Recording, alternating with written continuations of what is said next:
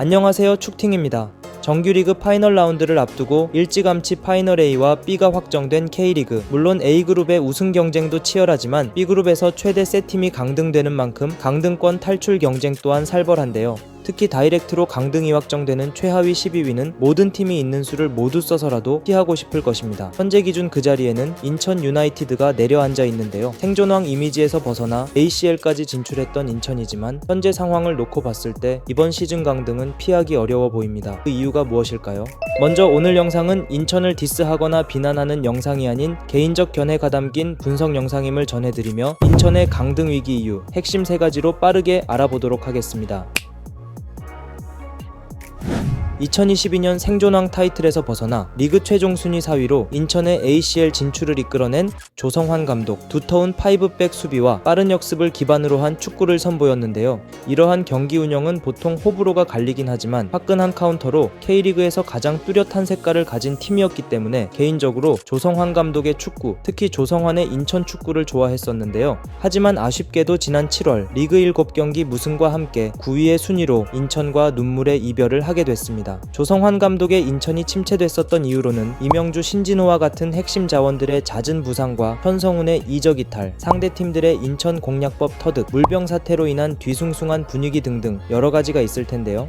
그렇다고 한들 약 4년간 인천을 이끌며 ACL에 출전하여 심지어 4승을 거둔 구단 최다승 레전드 감독을 이 시점에서 내보내는 게 과연 올바른 판단이었을까요? 조성환 감독의 의중과 사임 과정의 내막은 자세히 알지는 못하지만 이러한 형태의 이별은 인천 구단에게 득이 될 것이 없기 때문에 시즌 종료 후 정리를 하더라도 잔여 시즌은 조 감독과 함께 위기를 극복해야 했습니다. 하지만 인천보드진은 변화가 필요하다고 판단하여 결국 감독 교체를 단행했습니다. 그렇다면 닥친 위기를 타개할 적절한 감독을 빠르게 선임했어야 했는데요. 감독 선임 작업이 늦어지며 약 한 달간 4경기 동안을 변재섭 감독 대행 체제로 경기에 임하며 시간을 허비했고 이전에 인천의 수석 코치직을 수행하며 구단 내부적으로 좋은 평가를 받고 있지만 프로팀 감독 경험이 없는 최영근 감독을 제12대 사령탑으로 선임하는 모험수를 선택했습니다. 그렇게 감독으로서 K리그에 데뷔하며 인천을 지휘하게 된 최영근 감독은 호기롭게 주도적인 축구와 포백 운영을 내세우며 변화를 강조했는데요. 아쉽지만 결과만 떼어놓고 보더라도 최영근 감독의 포백 변화는 완성도 면에서 버거운 모습을 보이며 오랭이간 3백에 특화된 선수단 구성임을 여실히 보여주고 있고, 반면 2부 리그 부산에서 모셔간 조성환 감독은 부임 후 6승 2무 2패의 무서운 기세를 보여주고 있죠. 그렇다면 최영근 감독 인천의 축구는 무엇이 문제일까요? 다음으로 경기력과 전술적인 부분으로 알아보도록 하겠습니다. 하이블록과 하이프레싱, 그리고 빠른 트레지션. 최영근 감독이 자신이 추구하는 축구를 직접 언급한 부분입니다. 즉 이제껏 선수비 후역습에 인천이 아닌 과감하게 싸워서 부딪히는 맞불 축구를 하겠다는 것이죠. 해당 부분이 잘 구현된 장면을 보시겠습니다. 상대 김천이 후방 빌드업을 시도하고 있고 제르소가 한쪽으로 채널링을 걸면서 프레싱에 들어갑니다. 그리고 뒤쪽에 위치한 동료들도 하프라인 위까지 올라오면서 전형을 끌어올렸고, 그러자 제르소의 워낙에 빠른 순간적인 압박에 당황해 상대의 패스가 부정확하게 흘러 높은 지역에서 볼 탈취에 성공했습니다. 그와 동시에 지체하지 않고 가운데 위치한 은포쿠에게 연결해주고 제르소 또한 바로 공격으로 전환해 빠져들어갔지만 오프사이드에 걸리고 말았죠. 하지만 이러한 하이프레싱 형태 그리고 도전적인 경기 운영은 팀 전력이 압도적이지 않은 이상 적절하게 득점 마무리가 이루어져야 결과를 가져올 수 있습니다. 인천의 문제는 여기서 나타나는데요. 무고사를 제외한 공격 자원들의 날카로움이 상당히 떨어집니다. 모처럼 맞이한 좋은 역습 찬스입니다. 은포쿠가 중원에서 싸워주자 기동력이 좋은 김보섭이 전방으로 깊게 올라가고 볼이 뒤로 흐르자 신진호가 정확한 아웃사이드 킬 패스를 찔러 넣습니다. 상대보다 앞선 위치에서 볼을 잡은 김보섭은 반대 동료에게 주기보다는 솔로 플레이를 선택했고 아쉽게도 슈팅 타이밍을 한 번, 2번 놓치더니 불리한 약한 왼발 슈팅으로 상대 수비 블락에 막히게 됩니다. 인천이 이전의 3백 축구가 아닌 높은 지역에서의 공격 형태를 성공적으로 가져가기 위해서는 특히 사이드 자원들의 퀄리티가 상당히 중요합니다. 하지만 보신 장면처럼 현재 인천은 무고사를 제외한 공격 자원들, 즉 김보섭, 김민석에게는 공격 비중을 늘려주는 선택이 쉽지 않고 박승호는 아직 좀 더 가다듬을 시간이 필요해 보이며 제르소 또한 마무리 부분에서는 아쉬운 모습을 보이고 있습니다. 추가로 천성훈을 대전으로 내보낸 선택은 두고두고 아쉬울 따름이죠. 때문에 단연간 3백에 특화됐던 선수단 구성에서 이제 새로이 요구되는 늘어난 활동량과 세밀한 공격 작업에 비해 공격 마무리가 완성되지 못하니 결국 얇아진 수비와 고갈되는 에너지 레벨로 인해 실점하는 비효율적 패턴이 지속되는 것입니다. 쉽게 말해서 득점 못하면 얻어맞고 지는 거죠.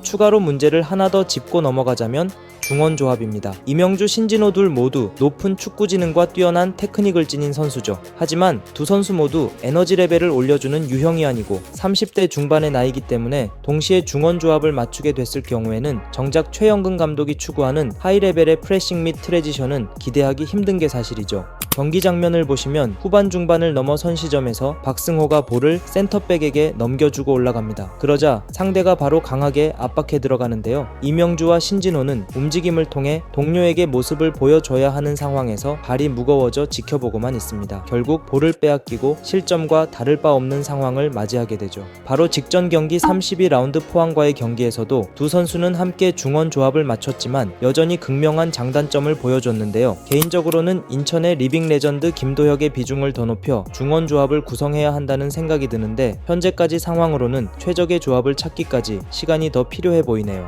문제는 이제 남아있는 시간이 많지 않죠. 최영근 감독이 추구하는 축구는 팀빌딩 짜임새가 매우 중요한 만큼 상반된 스타일을 가졌던 이전 인천에게 입히기에는 더욱이 작업 난이도가 높을 텐데요. 그럼에도 최영근 감독은 해당 경기 운영으로 끝까지 시즌을 끌고 나갈 것이라고 보이기 때문에 앞으로 계속 지켜봐야겠습니다. 지난 2시즌 동안의 다이렉트 강등팀, 즉 최하위 팀의 최종 승점을 보면 작년 수원 33점, 재작년 성남이 30점입니다. 하지만 이번 시즌은 스플릿 라운드가 시작도 안 된 시점에서 강등권 승점 32점, 34점, 34점으로 평균적으로 쌓아둔 승점이 이전보다 높고 크게 뒤처져 버린 팀도 없는데요.